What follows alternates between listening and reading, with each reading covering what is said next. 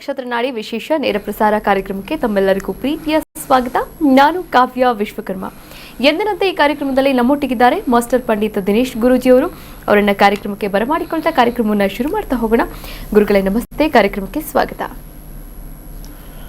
ಓಂ ಶ್ರೀ ಗುರುಭ್ಯೋ ನಮಃ. ಹರಿ ಓಂ. ಜ್ಞಾನಾನಂದಮಯಂ ದೇವಂ ನಿರ್ಮಲ ಸ್ಫಟಿಕಾಕೃತಿಂ ಆಧಾರಾಂ ಸರ್ವವಿದ್ಯಾನಾಂ ಹಯಗ್ರೀವ ಮುಪಾಸ್ಮಹೆ. ಓಂ ದ್ರಾಂ ದ್ರೀಂ ದ್ರೌಂ ಸಹ ಶುಕ್ರಾಯ ನಮಃ. ಓಂ ನಮೋ ಭಗವತೆ ವಾಸುದೇವಾಯ. ಓಂ ನಮೋ ನಾರಾಯಣಾಯ. ನಮಸ್ಕಾರ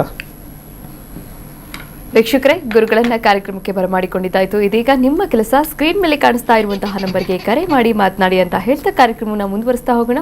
ನೀವು ಕೂಡ ನಕ್ಷತ್ರ ನಾಡಿ ತರಗತಿಯ ಮೂಲಕ ಜ್ಯೋತಿಷ್ಯ ಶಾಸ್ತ್ರವನ್ನು ಕಲಿಯಬಹುದಾಗಿದೆ. ಈ ಕೋರ್ಸ್ ಆರಂಭ ಮಾಡಿದ್ರೆ ಕೇವಲ 7,999 ರೂಪಾಯಿಯಲ್ಲಿ 15 ದಿನಗಳಲ್ಲೇ ಮನೆಯಿಂದಲೇ ಕುಳಿತು ನೀವು ಜ್ಯೋತಿಷ್ಯ ಶಾಸ್ತ್ರವನ್ನು ಕಲಿಯಬಹುದು. ಅದಾದ ನಂತರ PhD ಡಾಕ್ಟರೇಟ್ ಅನ್ನು ಕೂಡ ಪಡಿಬಹುದಾಗಿದೆ ಈ ಒಂದು ಕೋರ್ಸಲ್ಲಿ. ಹಾಗಾದರೆ ಇದರ ಬಗ್ಗೆ ಏನೆಲ್ಲ ವಿವರಗಳು ಬೇಕು, ಯಾವೆಲ್ಲ ವಿವರಗಳು ಬೇಕು ಅಂತಂದ್ರೂ ಕೂಡ ನೀವು ಸ್ಕ್ರೀನ್ ಮೇಲೆ ಕಾಣಿಸ್ತಾ ಇರುವಂತಹ ಗುರುಗಳ ನಂಬರ್ಗೆ ಕರೆ ಮಾಡಬಹುದು. ಹಾಗೆ ಸಂಪೂರ್ಣವಾದಂತಹ ಮಾಹಿತಿಯನ್ನು ಕೂಡ ಪಡೆದುಕೊಳ್ಳಬಹುದಾಗಿದೆ. ಮತ್ಯಾಗ್ತಡ ಬೇಗ ಕರೆ ಮಾಡಿ ಮಾತನಾಡಿ ಅಂತ ಹೇಳ್ತಾ ಕಾರ್ಯಕ್ರಮವನ್ನು ಮುಂದುವರಿಸ್ತಾ ಹೋಗೋಣ. ಹಾಗೆ ಇದೇ ಜುಲೈ 18ನೇ ತಾರೀಕಿನಂದು ಶನಿವಾರ, ಅಂದರೆ ನಾಳೆಯೇ ಒಂದು ಉಚಿತವಾದಂತಹ ಜ್ಯೋತಿಷ ಆನ್ಲೈನ್ ಕ್ಲಾಸ್ ಕೂಡ ಇದೆ. ನೀವೆಲ್ಲರೂ ಕೂಡ ರಿಜಿಸ್ಟರ್ ಆಗಿ ಜ್ಯೋತಿಷ್ಯದ ಬಗ್ಗೆ ಸಂಪೂರ್ಣವಾದಂತಹ ಮಾಹಿತಿಯನ್ನು ಪಡೆದುಕೊಂಡು ಆನಂತರ ಆಗಸ್ಟ್ 14ನೇ ತಾರೀಕಿಂದ ಶುರುವಾಗ್ತಾ ಇರುವಂತಹ 114ನೇ ಬ್ಯಾಚ್ಗೆ ರಿಜಿಸ್ಟರ್ ಆಗಬಹುದಾಗಿದೆ. ಮತ್ತೆ ಆಗ್ತಡ ಸ್ಕ್ರೀನ್ ಮೇಲೆ ಕಾಣಿಸ್ತಾ ಇರುವಂತಹ ನಂಬರ್ಗೆ ಕರೆ ಮಾಡಿ ಮಾತನಾಡಿ ಹಾಗೆ ರಿಜಿಸ್ಟರ್ ಆಗಿ ಜ್ಯೋತಿಷವನ್ನು ಕಲಿತು ನಿಮ್ಮ ಜೀವನದ ಜೊತೆಗೆ ನಿಮ್ಮವರ ಜೀವನವನ್ನು ಕೂಡ ರೂಪಿಸ್ಕೊಳ್ಳಿ ಅಂತ ಹೇಳ್ತಾ ಕಾರ್ಯಕ್ರಮನ ಮುಂದುವರಿಸ್ತಾ ಹೋಗೋಣ. ಕರೆ ಮಾಡಿ ಮಾತನಾಡಿ. ಇವತ್ತಿನ ಸಂಚಿಕೆಯಲ್ಲಿ ಗುರುಗಳಿದ್ದಾರೆ. ಗುರುಗಳು ಕೂಡ ಒಂದಷ್ಟು ವಿಷಯಗಳ ಬಗ್ಗೆ ಮಾತನಾಡ್ತಾ ಹೋಗ್ತಾರೆ. ಇವತ್ತು ಯಾವೆಲ್ಲ ವಿಚಾರಗಳ ಬಗ್ಗೆ ಮಾತನಾಡ್ತಾ ಹೋಗ್ತಾರೆ ಗುರುಗಳನ್ನ ಕೇಳ್ತಾ ಹೋಗೋಣ. ಆದ್ರೆ ಅದಕ್ಕೂ ಉಚಿತ ತರಗತಿ ಬಗ್ಗೆ ಒಂದು ಸ್ವಲ್ಪ ಹೇಳ್ಬಿಡೋಣ. ಯಾಕಂದ್ರೆ ಉಚಿತ ತರಗತಿಗಳು ಅಂದ್ರೆ ಏನೋ ಅದೇನೋ ಉಚಿತನಾ ಅಂತ ಅನ್ಕೊಂಡ್ಬಿಡ್ತಾರೆ. ನಮ್ಮ 15 ದಿವಸದ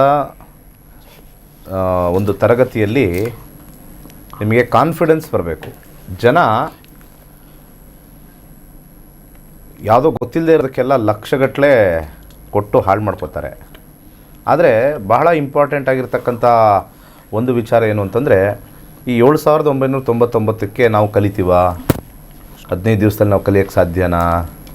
ಎಲ್ಲೆಲ್ಲ ಯಾರೋ ಜ್ಯೋತಿಷಿಗಳು ಕೆಲವರೆಲ್ಲ ಹೇಳ್ತಾರೆ ನಾವು 10 ವರ್ಷದಿಂದ ಮಾಡ್ಕೊಂಬಂದಿದ್ದೀವಿ, ಆದರೂ ಸ್ವಲ್ಪ ನಂಬಿಕೆ ಅನ್ನೋದು ಸ್ವಲ್ಪ ಕಷ್ಟ. ಯಾವಾಗಲೂ ಕೂಡ ಚಿನ್ನನೇ ಜಾಸ್ತಿ ಟೆಸ್ಟ್ ಮಾಡೋದು, ಕಬ್ಬಣನ ಟೆಸ್ಟ್ ಮಾಡಲ್ಲ ಯಾರು. ಕರೆಕ್ಟಾ? ಯಾವುದು ಗೇಜು ಏನು ಅಂತ ಸುಮ್ಮನೆ ಹಾಕ್ತಾರೆ ಬಿಲ್ಡಿಂಗಿಗೆ. 30-40 ವರ್ಷ ಇರ್ತಕ್ಕಂಥ ಬಿಲ್ಡಿಂಗಿಗೆ ಆ ಮೇಸ್ತ್ರಿ ಏನು ತಂದು ಕೊಟ್ಟನೋ ಕಂಬಿ ಅದನ್ನು ಹಾಕ್ತಾರೆ. ಅದೇ ನಾವು ಚಿನ್ನ ತೊಗೊಳ್ಬೇಕಾದ್ರೆ ಅದರಲ್ಲಿ 916 ಇದೆಯಾ ಅಥವಾ 912ನಾ ಏನೇನೋ ಬರ್ತಾವೆ ಅದರಲ್ಲಿ, ಅದನ್ನು ನೋಡ್ತಾರೆ. ಅದರಲ್ಲಿ 2 ಥರ ಬೇರೆ ನೋಡ್ತಾರೆ, ಅದಕ್ಕೆ ಕಾಸ್ಟ್ಲಿ. ಸೊ ಹಾಗೆ ಈ ಜ್ಯೋತಿಷ್ಯನ ಗೋಲ್ಡ್ಗೆ ಹೋಲಿಸ್ತಾ ಇರೋದು ಭಾಳ ಖುಷಿ ಆಗುತ್ತೆ ನನಗೆ. ಟೆಸ್ಟ್ ಮಾಡಬೇಕು ಆಗುತ್ತಾ ಇಲ್ವ ಅಂತ. ಯಾಕಂದರೆ ಕೊಡೋದು ಅರ್ಧ ಗ್ರಾಮ್ ಚಿನ್ನದ ಬೆಲೆ ನಾವು ತೊಗೊಳ್ಳೋದು. ಅದನ್ನು ತೊಗೊಂಡೋಗಿ ಎಲ್ಲಿಗೆ ಹಾಕ್ತೀವಿ ಅಂತಂದರೆ ದೇವಸ್ಥಾನಕ್ಕೆ, ಅಭಿವೃದ್ಧಿಗೆ, ಅನ್ನದಾನಕ್ಕೆ ಕೊಡ್ತೀವಿ. ಇದನ್ನು ತಲೆಯಲ್ಲಿ ಇಟ್ಕೊಳ್ಳಿ ಎಲ್ಲರೂ. ಯಾವುದೇ ತಗೊಂಡೋಗಿ ಏನೂ ಅಲ್ಲಿ ಬೇರೆ ವಿಚಾರಗಳು ಮಾಡಲ್ಲ. ಕೆಲವು ಖರ್ಚು ವೆಚ್ಚಗಳನ್ನೆಲ್ಲ ತೆಗೆದು ಉಳಿದಿರ್ತಕ್ಕಂಥದ್ದೆಲ್ಲ ದೇವಸ್ಥಾನಕ್ಕೆ ಹಾಗೆ ಅನೇಕ ಕಾರ್ಯಕ್ರಮಗಳಿಗೆ ಹಾಕ್ತಾ ಇರ್ತೀವಿ. ಅನೇಕ ಜ್ಯೋತಿಷಿಗಳು ಅಥವಾ ಟೀಚರ್ಸ್ಗಳಿರ್ಬೋದು, ಫೀಸ್ ತಗೋಬೋದು, ಬಟ್ ಅದರದಕ್ಕೆ ಏನು ಮಾಡಿಕೊಂಡ್ರೂ ಅದು ವೈಯಕ್ತಿಕ, ಅದು ನಾವೇನು ಹೇಳಕ್ಕೆ ಬರೋಲ್ಲ. ಆದರೆ ನಾನು ಪಬ್ಲಿಕ್ಕಾಗಿ ಹೇಳ್ತಕ್ಕಂಥದ್ದು ಏನು ವಿಚಾರ ಅಂತಂದರೆ, ನಾವು ಇದನ್ನು ಮತ್ತೆ ಪಬ್ಲಿಕ್ಕಿಗೆ, ಸಾರ್ವಜನಿಕರಿಗೆ ಉಪಯೋಗ ಆಗೋಕ್ಕೆ ಸರ್ಕ್ಯುಲೇಟ್ ಮಾಡ್ತೀವಿ. ಫ್ರೀಯಾಗಿ ಹೇಳ್ಬೋದಲ್ಲ? ಖಂಡಿತ ಫ್ರೀಯಾಗಿ ಹೇಳ್ಬೋದು, ತೊಂದರೆ ಏನಿಲ್ಲ. ಫ್ರೀಯಾಗಿ ಹೇಳಿದಾಗ ಈ ಫ್ರೀ ಕ್ಲಾಸ್ಗೆ ನಮಗೆ ಒಂದು 300 ಜನ ವಾಟ್ಸಪ್ ಗ್ರೂಪಲ್ಲಿ ಜಾಯ್ನ್ ಆಗಿರ್ತಾರೆ. Free class. ಆ 300 ಜನದಲ್ಲಿ ಆ 7:30ಗೆ ಬಂದು ಕೂತ್ಕೊಂಡಾಗ ನಾನು ನೋಡಿದ್ದೀನಿ, ಇದನ್ನು ಎಲ್ಲರೂ ತಿಳ್ಕೊಳ್ಳಿ, ಅವಾಗ ಅರ್ಥ ಆಗುತ್ತೆ. ಆ 300 ಜನ ಸೇರ್ಕೊಂಡಿದ್ದಾರೆ ಈಗ ಗ್ರೂಪಲ್ಲಿ, ನಾನು ಕ್ಲಾಸಿಗೆ ಬರ್ತೀನಿ ಅಂತ. ಅದರಲ್ಲಿ ಸೀರಿಯಸ್ಸಾಗಿ ಕೂತ್ಕೊಳ್ಳೋದೇ 100 ಜನ, ಇನ್ನು 200 ಜನ ಕೂತ್ಕೊಳ್ಳಲ್ಲ. ಆ 200 ಜನಕ್ಕೆ ಕಾಲ್ ಮಾಡಿದ್ರೆ, ಇಲ್ಲ ನನಗೇನೋ ಯಾರೋ ಬಂದಿದ್ದರು, ಹೋಗಿದ್ದೆ, ಅಯ್ಯೋ ಮರ್ತೋಯ್ತಾ, ನೆಕ್ಸ್ಟ್ ಟೈಮ್ ಯಾವಾಗಿದೆಯಾ ಹೇಳಿ ಅಂತ ಹೇಳ್ತಾರೆ. ಆಯ್ತಪ್ಪ ನೆಕ್ಸ್ಟ್ ಸ್ಯಾಟರ್ಡೇ ಇದೆ ಬನ್ನಿ ಅಂತ ಕರೆದಾಗ ಮತ್ತೆ ಇನ್ನೊಂದು ನೆಪ, ಇಲ್ಲ ಆಗಲಿಲ್ಲ ಮುಂದಿನ ಸತಿ ಗ್ಯಾರಂಟಿ ಮಾಡ್ತೀನಿ ಅಂತಾರೆ. ನಮ್ಗೆ ಗೊತ್ತಿಲ್ಲದಂಗೆ ಮೆತ್ತಿಗೆ ಎಕ್ಸಿಟ್ ಆಗಿಬಿಡ್ತಾರೆ. ಸೊ ಇಲ್ಲಿ ಭಾಳ ಇಂಪಾರ್ಟೆಂಟ್ ಪಾಯಿಂಟು ಫ್ರೀ ಪಾಯಿಂಟ್ ಅಲ್ಲ. ಸೀರಿಯಸ್ನೆಸ್ ಬರೋದೇ ನನ್ನ ದುಡ್ಡು ಕೊಟ್ಟಾಗ. ಒಂದು ಫ್ರೀ ಮೊಬೈಲ್ ತಗೊಳ್ತೀವಿ, ಕೊಡ್ತಾರೆ ಯಾರೋ ಒಂದು ರೋಡಲ್ಲಿ ಸಿಗುತ್ತೆ, 10,000 ರೂಪಾಯಿದು ಮೊಬೈಲ್ ತಗೊಂಡು ಫ್ರೀ ಅಂತ ನೋಡ್ತೀವಿ, ಉಪಯೋಗಿಸ್ತೀವಿ, ವರ್ಕ್ ಆಗಿಲ್ವಾ ಬಿಸಾಕ್ತೀವಿ. ದುಡ್ಡು ಕೊಟ್ಟರೆ ಹೋಗ್ಬಿಟ್ಟು ಕೇಳ್ತೀವಿ, ಇದು ಯಾಕೆ ಕೆಲಸ ಮಾಡ್ತಾ ಇಲ್ಲ, ರೆಡಿ ಮಾಡಿಕೊಡು, ನಾನು ಉಪಯೋಗಿಸ್ಬೇಕು ಅಂತ. ಇದೇ ಮೊಬೈಲ್ ನಾವು ಒಂದು 50,000 60,000 ಕೊಟ್ಟು ತಗೊಂಡಿದ್ದಾಗ ಇದಕ್ಕೆಲ್ಲ ಕವರ್ ಹಾಕ್ತೀವಿ, ಸ್ಕ್ರೀನ್ ಗಾರ್ಡ್ ಹಾಕ್ತೀವಿ, ಬೀಳ್ದಂಗೆ ನೋಡ್ಕೋತೀವಿ ಎಲ್ಲೆಲ್ಲಿ ಅಂತ ಇಟ್ಕೊಂಡು, ಯಾಕೆ ಬಿದ್ದರೆ ಹೋಗ್ಬಿಡುತ್ತೆ ಅಂತ ಹಿಂಗೆ ಕೈ ಜೋಪಾನವಾಗಿ ಇಟ್ಕೊಂಡಿರ್ತೀವಿ, ಕಾಸು ಕೊಟ್ಟಿದ್ದೀವಿ ಅಂತ. ಅದೇ ನಿಮಗೆ ಫ್ರೀಯಾಗಿ ಒಂದು 2-3 ಮೊಬೈಲ್ ಕೊಟ್ಬಿಟ್ರೆ ಹೆಂಗೆ ಬೇಕಾದ್ರೆ ಹಿಂಗೆ ಜಾರ್ತೀರ, ಬಿತ್ತಂದರೆ ಇನ್ನೊಂದು ತಗೊಳ್ಳೋಣ ಬಿಡು. ಫ್ರೀಗೆ ಇದೇ ಕಾರಣದಿಂದ ಬೆಲೆ ಇಲ್ಲ. ಹೇಳ್ಕೊಡ್ತಕ್ಕಂಥ ಶಾಸ್ತ್ರದಲ್ಲೂ ಕೂಡ ನಾವು ಫ್ರೀಯಾಗಿ ಹೇಳ್ಕೊಟ್ರೆ ನೀವು ಬೆಲೆ ಕೊಡೋಲ್ಲ. ನೀವು ಅರ್ಥ ಮಾಡ್ಕೊಳ್ಳಿ, ನೀವು ಬೆಲೆಗಳು ಕೊಡೋಲ್ಲ. ಹಂಗನ್ಬಿಟ್ಟು ನಾವೇನು 1,000 ರೂಪಾಯಿ ಇಟ್ಟಿಲ್ಲ. ಕರೆಕ್ಟಾಗಿ ಅದು ಜಾಸ್ತಿನೂ ಆಗಬಾರ್ದು, ಕಮ್ಮಿನೂ ಅನ್ನಿಸ್ಬಾರ್ದು, ಪರ್ಫೆಕ್ಟಾಗಿಟ್ಟು ಕಲಿತಾಗ ಆ ಸೀರಿಯಸ್ನೆಸ್ ಬರುತ್ತೆ. ಆ ದುಡ್ಡು ಕೊಟ್ಟಿದ್ದೀವಲ್ಲ ಅಂತ ಕುತ್ಕೊಳ್ತೀರ ನೀವು, ಪ್ರತಿ ದಿವಸ ಕುತ್ಕೊಳ್ತೀರ ಕ್ಲಾಸಲ್ಲಿ, ದುಡ್ಡು ಕೊಟ್ಟಿದ್ದೀನಿ ಕುತ್ಕೋಬೇಕು, ಆಮೇಲೆ ಹೋಗ್ಬಿಟ್ರೆ ದುಡ್ಡು ಹೋಗ್ಬಿಟ್ರೆ ಮತ್ತೆ ಪಾಠ ಹೋಗ್ಬಿಟ್ರೆ ನನ್ನ ದುಡ್ಡು ವೇಸ್ಟ್ ಆಗುತ್ತೆ. ಜನಗಳ ಮೈಂಡ್ ಇರೋದೇ ಹಿಂಗೆ. ಆ ಸೈಕಾಲಜಿಕಲ್ ಬಿಹೇವಿಯರ್ ಮೇಲೇ ನಾವು ಫೀಸ್ ಇಡೋದು. ಸ್ವಲ್ಪ ಈ 3rd ಕ್ಲಾಸ್ ಅವರು ಎಲ್ಲ ಕಮೆಂಟ್ಗಳು ಹಾಕ್ತಾರೆ, ಜ್ಯೋತಿಷ್ಯದಲ್ಲಿ ದುಡ್ಡು ಮಾಡ್ತಾರೆ, ಅದು ಮಾಡ್ತಾರೆ, ಇದು ಮಾಡ್ತಾರೆ ಅಂತ. ಯಾರು ದುಡ್ಡು ಮಾಡ್ತಾಯಿಲ್ಲ. ಅಲ್ಲಿ ಯಾವುದೋ ಬಿಡದಿ ಟೌನ್ಶಿಪ್ಪಲ್ಲಿ ಜಮೀನುಗಳನ್ನೇ ಕೊಡಿ, ನಾವು ಟೌನ್ಶಿಪ್ ಮಾಡ್ತೀವಿ ಅಂತ ಕಾಸುಗಳು ಬಿಸಾಕ್ತಾ ಇಲ್ವಾ? ಏನು ಫ್ರೀಯಾಗಿ ಮಾಡ್ತಾಯಿದ್ದಾರೆ? ಪೆಟ್ರೋಲ್ ತಗೊಳ್ಬೇಕು ಅಂತಂದರೆ ಅದೆಲ್ಲೋ ಕೊಲ್ಲಿ ರಾಷ್ಟ್ರದಿಂದ ಬರುತ್ತೆ, ಅದನ್ನು ದುಡ್ಡು ಕೊಟ್ಟೆ ತಗೊಳ್ಳೋದು. ಅಕ್ಕಿ ಅನ್ನ ಬೆಳೆಯೋದು ನಾವು ದುಡ್ಡು ಕೊಟ್ಟೆ, ಭತ್ತ ಬೆಳೆಯೋದು ಕೂಡ ದುಡ್ಡು ಕೊಟ್ಟೆ ತಗೋಬೇಕು, ಎಲ್ಲನೂ ದುಡ್ಡು ಕೊಟ್ಟೆ ತಗೋಬೇಕು, ಯಾವುದೂ ಇಲ್ಲ. ಯಾಕೆಂದರೆ ಇನ್ನೊಬ್ಬರ ಶ್ರಮ, ಅದಕ್ಕೆ ನಾವು ಬೆಲೆ ಕೊಡಬೇಕಾಗತ್ತೆ. ಭತ್ತ ಬೆಳೆಯೋನು ಯಾಕೆ ಫ್ರೀ ಕೊಡ್ಬೇಕು ನಿಮಗೆ? ಅವ್ನು ಕಷ್ಟಪಟ್ಟು ಅಲ್ಲಿ ಬೆಳೆ ಬೆಳೆದಿರ್ತಾನೆ, ಮಾರ್ತಾನೆ, ಅದಕ್ಕೆ ದುಡ್ಡು ಬರುತ್ತೆ, ಆ ದುಡ್ಡಿಂದ ಬೇರೆ ಏನೇನೋ ಪದಾರ್ಥಗಳು ತೊಗೊಳ್ತಾನೆ. ಅವನು ಯಾಕೆ ಫ್ರೀ ಕೊಡ್ಬೇಕು ನಿಮಗೆ?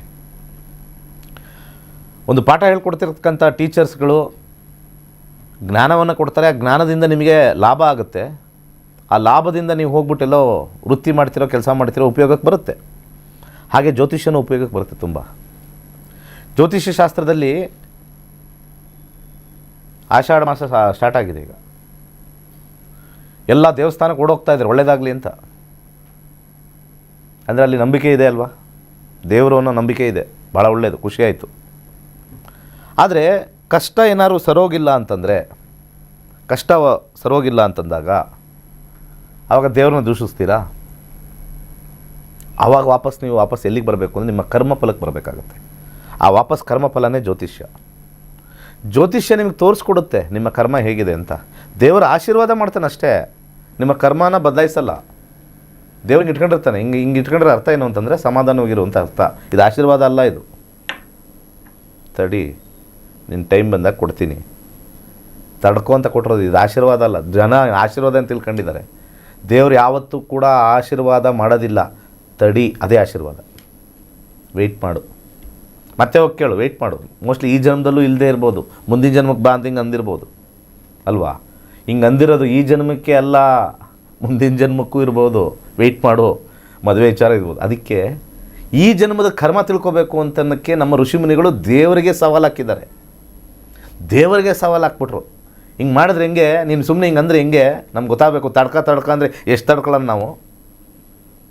ನಾನು ಅದನ್ನು ರಿವೀಲ್ ಮಾಡೋಕ್ಕಾಗಲ್ಲ, ಆ ಗುಟ್ಟನ್ನು ರಟ್ ಮಾಡೋಕ್ಕಾಗಲ್ಲ. ಅವ್ರವ್ರ ಕರ್ಮ ಹಿಂದಿನ ಜನ್ಮದ, ಅದು ನಾನು ರೂಲ್ ಮಾಡ್ಕೊಂಬಿಟ್ಟಿದ್ದೀನಿ. ಏನು ಮಾಡೋದು? ಸರಿ, ಒಂದು ಸೈಂಟಿಫಿಕ್ಕಾಗಿ ಒಂದು ವಿಚಾರವನ್ನು ಕೊಡ್ತೀನಿ. ಇದೆಲ್ಲ ಇನ್ಫಾರ್ಮೇಷನ್ ನಾನು ಗ್ರಹಗಳಲ್ಲಿ ಇಟ್ಟಿದ್ದೀನಿ, ಗ್ರಹಗಳ ಹತ್ರ ಇನ್ಫಾರ್ಮೇಷನ್ ಇದೆ. ಬೇಕಾದ್ರೆ ಅವ್ರ ಹತ್ರ ಇಸ್ಕೊಳ್ಳಿ. ಅವ್ರ ಹತ್ರ ಹೋಗಿ ಕೇಳಿದ್ರೆ ಗೊತ್ತಿಲ್ಲ. ನಾವು ಯಾಕೆ ಕೇಳಬೇಕು? ರೂಲ್ ಪ್ರಕಾರ ಇಲ್ಲ, ನಾವು ಗ್ರಹಗಳು ಹೇಳಂಗಿಲ್ಲ ರೂಲ್ ಪ್ರಕಾರ. ನಿಮ್ಮ ಮದುವೆ ಯಾವಾಗುತ್ತೆ ಅದು ನಮ್ಗೆ ಗೊತ್ತು, ನಾವು ಮಾಡಿಸ್ತೀವಿ. ನೀವು ಸುಮ್ಮನೆ ಕೂತ್ಕೋಬೇಕು. ನೀವು ಸುಮ್ಮನೆ ಕಾರ್ಯ ಮಾಡ್ತಾಯಿರಿ. ಮಾಡೋದು ಬಿಡೋದು ನಮಗೆ ಬಿಡಿ. ಅರ್ಥ ಮಾಡ್ಕೊಳ್ಳಿ ಗ್ರಹಗಳದ್ದು ಇದು ವಿಚಾರ. ಹಾಗೆ ಇದನ್ನು ಡೀಪಾಗಿ ನಮ್ಮ ಋಷಿಮುನಿಗಳು ಅಧ್ಯಯನ ಮಾಡಿ ಇದಕ್ಕೇನಾರು ಕಂಡುಹಿಡಬೇಕು ಅಂತ ಹೇಳಿ ಅವರ ಬಿಹೇವಿಯರಲ್ಲಿ, ಅವರ ನಡವಳಿಕೆಯಲ್ಲಿ ಅಪ್ಲೈ ಮಾಡಿಕೊಂಡ್ರು. ಓ, ಈ ಗ್ರಹ ಇಲ್ಲಿ ಬಂದಾಗ ಇವ್ನಿಗೆ ಹಿಂಗಾಯಿತು. ಓ, 10 ಜನದ್ದು ನೋಡಿದೆ, ಹಿಂಗಾಯಿತು. ಇನ್ನು 100 ಜನದ್ದು ಈ ಗ್ರಹ ಹಿಂಗಿದೆ, ಹಿಂಗಾಯಿತು.